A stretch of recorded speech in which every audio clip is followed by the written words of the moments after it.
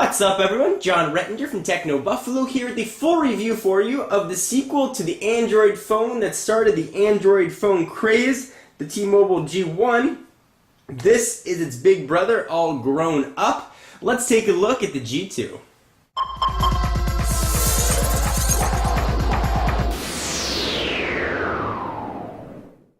So before I start my phone reviews, I like to talk about call quality. If a phone doesn't make good phone calls, it doesn't matter how good a browser is or what the processor speed is, it's not going to be much use to you. I'm happy to say that the G2 has a very strong radio. I was able to pull in a very heavy, nice 5 bars of T-Mobile 3G really anywhere I went, while other T-Mobile phones generally hovered around 4. Certainly the bar system is a bit arbitrary, but it does appear as the G2 has a very strong radio.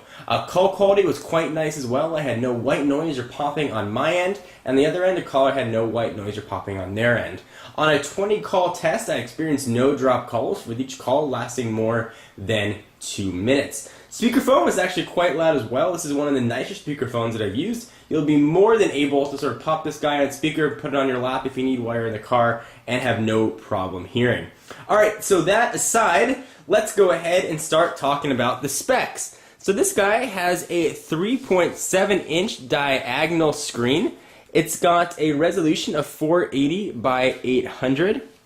It's got Android 2.2 on board with an 800 megahertz processor with 512 megabytes of RAM.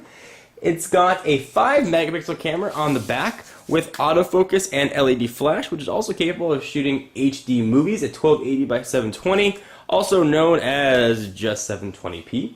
It's got a 1300 milliamp hour battery, which is going to get you about 6.6 hours of talk time. This thing is by no means a battery usage champ. Be prepared to have to be close to a charger. I barely got through a day before this thing would turn off on me, and I'm a pretty heavy user.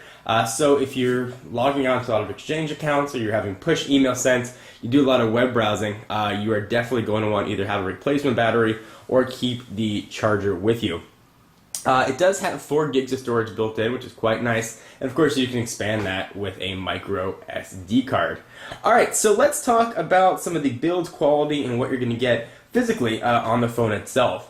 I have long lamented about capacitive buttons. I think that sometimes they don't work as well as advertised, especially as well as physical buttons, and I've gone on the record as saying I did not enjoy them on the Nexus 1. However, the G2's capacitive buttons, obviously right there all backlit, really do work quite nicely, and they work almost as well as physical buttons. So if you sort of had those fears like I did, whether or not the capacitive buttons are going to work, don't worry. And you can actually see them when they're not backlit as well, so not sort of going to disappear like we've seen with some of the Galaxy S variants. I like the option of having the trackpad. I don't use it very often, but I like the fact that it's there. Sometimes you want to use it in a game or an application for simple navigation. It's nice to sort of have that choice, and this gives the user the flexibility to do that. So this is very much stock Android 2.2, but there are a lot of Google add-on things that I actually hadn't really seen before, and these are all things you can generally get from the Android marketplace. You got some cool things here. You've got sort of a Google Sky Map. You can go ahead and map your phone up to the sky, you hold it up, and there's a ton of really cool sort of value add Google applications here. So you got Listen, Google Translate, which is really kind of cool. I want to show you. So I was translating right here. I was testing it from English to Spanish. Hello, how are you? Hola, ¿cómo estás? You can actually use the voice capabilities here, so you can talk to it. So you can say, hello, how are you? And it'll translate that into Spanish. Kind of neat. It's not going to do all your proper verb conjugation and whatnot, but if you're in a foreign country and you've got to ask a general question, this is really going to work very, very, very well. Kind of neat. Let's go ahead and push the talk button, see if it'll talk to us. So you don't even have to pronounce it if you're in a foreign country. You can just push it. You can have that lady talk for you. Kind of neat. One of the interesting things about the G2, and I was making a joke there about that pull tab, is the keyboard and sort of the way this full keyboard slides out. So it sits on top of the phone. Instead of just sliding straight out, it actually lifts up and pulls out. You can sort of see that mechanism right there. And it does feel almost spring-loaded. It slides out very quickly. And this keyboard is really an absolute pleasure to use. I really like having a physical QWERTY keyboard. This one has a decent amount of throw despite being a modified slider. So you can see sort of up top, there's a decent amount of key depression when you go ahead and type. It's got a nice big space bar, sort of a rubber feel to the keys. I also really like one of the things that's sort of nice about the G2. You have these 3 customizable buttons at the bottom. to set for whatever you would like them to do. It's really a nice way to sort of customize the phone and make it yours. So go ahead and slide that back. I really do like phones that are relatively on the thin side. This phone is certainly not the fattest phone on the block, but gives you the option whether or not you want to use the on-screen keyboard or the slide-out keyboard. And speaking of on-screen keyboard, I should say that this guy will ship with swipe. So if you're a fan of swipe and you don't want to take your finger off the screen, the G2 is going to serve you quite well. Camera is a fairly unremarkable pictures for 5 megapixel camera. That's pretty much exactly what you'd expect from a camera phone. Certainly not going to replace your, whatever you use as your standalone camera. Certainly not going to replace your video recorder as well. It'll get the job done for a quick blog or a video of your dog pooping. But for the most part, keep another camera handy. Build quality is absolutely fantastic. HTC sort of has that industrial feel to their phones. The metal back really makes it feel nice and heavy in the hand, but not too heavy that it's cumbersome. It really just feels quite good. Alright, so this does have Flash 10.1 support, and it does work quite well. Go ahead and open up the browser here. Here's Techno Buffalo.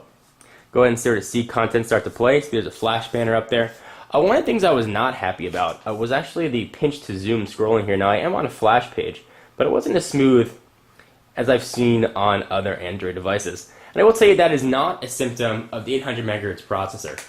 People get very caught up in 800 versus gigahertz rather, and there really isn't that big a difference. Mostly the speed of a phone is going to be how well the software is optimized for the hardware. And this software is actually optimized very, very well for the hardware. So you're not getting a slow phone by any stretch of the imagination with the 800 megahertz processor. You are going to be able to do everything you need to do. Watch your videos, check out all your content. Things are going to work very well. And I did like, really what showed me the hardware is keeping up was there isn't any of that checkerbox scrolling when I go ahead and scroll through a web page or any views. I would have liked the browser to have been a bit smoother, but that was sort of one of the only shortcomings that I had with the G2. Overall, I've been very, very, very happy with the phone. This is a phone that I could definitely use as my daily driver if I was on a T-Mobile. So if you are a T-Mobile user, this is a very clear choice. You're going to get a great phone, good build quality, good sound quality, a great customizable operating system, and sort of the flexibility for future upgrades. You can't go wrong with the G2. On a 1 to 5 scale, I give it a very solid 4.5. I would have liked to have seen a bit of a better camera and better browser performance, but those are just nitpicky after what is an overall very, very excellent device. I'm John Rettinger from Techno Buffalo. Be sure to check out the site for all of your G2, Android, and tech news. For exclusive content, check me out at Twitter, twitter.com/John4Lakers, and I'll see you in the next video. Bye-bye.